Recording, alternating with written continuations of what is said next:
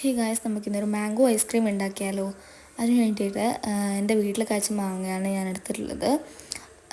അപ്പോൾ ഇതിനു മുന്നേ ഞാൻ കുറേ ഐറ്റംസൊക്കെ ഉണ്ടാക്കിയിട്ടുണ്ട്.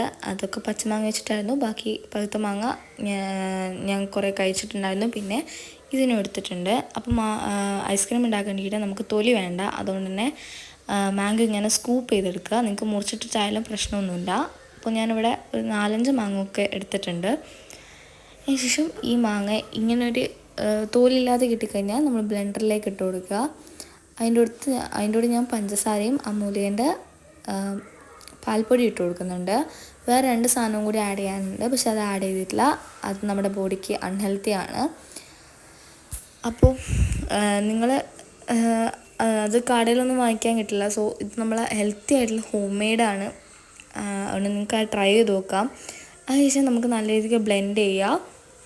ബ്ലെൻഡ് ചെയ്ത് വെച്ച മാങ്ങയിൽ നമ്മൾ പാലും കൂടി ഒഴിച്ച് കൊടുക്കുന്നുണ്ട്. ആ പാൽ ഒഴിച്ചിട്ട് വീണ്ടും ഒന്നുകൂടി ബ്ലെൻഡ് ചെയ്യുക. അതിനുശേഷം ഒരു പാത്രത്തിലേക്ക് നമ്മളൊന്ന് ഒഴിച്ച് കൊടുക്കുക. അതിനുശേഷം ഇതൊന്ന് ഫ്രീസറിലേക്ക് ഒന്ന് വെച്ച് കൊടുക്കണം. ഈ മാംഗോ ഐസ്ക്രീം ആയിട്ടില്ല. ഞാൻ 2 തവണ അടിച്ചുകൊണ്ട് 2 തവണ പാലൊന്ന് കൂടിപ്പോയിട്ടുണ്ട്. പാല് കൂടിയതല്ല, മാങ്ങ കുറച്ചായിരുന്നു, പാൽ ഇച്ചിരി അധികമായിരുന്നു. അതുകൊണ്ട് കളർ ചേഞ്ച് കണ്ടില്ലേ നിങ്ങൾ ഒഴിക്കുമ്പോൾ? അതിനൊന്ന് മിക്സ് ചെയ്ത് കഴിഞ്ഞ് ഇങ്ങനത്തെ ഒരു കളർ കിട്ടും. അപ്പം എൻ്റെ ആദ്യത്തെ ഘട്ടം ഇവിടെ കഴിഞ്ഞിരിക്കുന്നു. ഇനി നമ്മളതൊന്ന് ഫ്രീസറിലേക്ക് വെച്ച് കൊടുക്കുക. കണ്ടോ? അതിനുശേഷം പിറ്റേ ദിവസം മാംഗോ ഐസ്ക്രീം ചെയ്യാനായിരിക്കും ഉണ്ടാവുക. അത് നമ്മൾ വീണ്ടും ഒന്ന് ജാറിലേക്കിട്ട് അടിച്ചെടുക്കാം. കണ്ടോ? ജാറിൽ നമ്മൾ ഇന്നലെ ഇട്ട കാര്യങ്ങളൊന്നും ഉണ്ട് ആവശ്യമില്ല. അതായത് പഞ്ചസാര, പാൽപ്പൊടി ഇതൊന്നും ഉണ്ട് ആവശ്യമില്ല. വെറുതെ ഈ ഒരു ഐസ്ക്രീമില്ലേ, അത് നമ്മളൊന്ന് അടിച്ചെടുക്കുക. ഐസ്ക്രീം ഇതുവരെ ആയിരുന്നില്ല, ഇനിയും നാളെ എടുക്കുകയുള്ളൂ. നമ്മൾ അടിച്ചെടുക്കുമ്പോൾ നിങ്ങൾ ശ്രദ്ധിക്കേണ്ട ഒരു കാര്യമുണ്ട്. ഇങ്ങനെ ഇടയ്ക്കൊന്ന് കുത്തി കൊടുത്തിട്ട് അടിക്കണം. എന്താ വെച്ച് കഴിഞ്ഞാൽ നല്ല കട്ടിയായിട്ടുണ്ടാവില്ലേ? ഒരു ദിവസം ഫുള്ള് നമ്മൾ ഫ്രിഡ്ജിൽ വെച്ചതല്ലേ, അതുകൊണ്ടാണ്.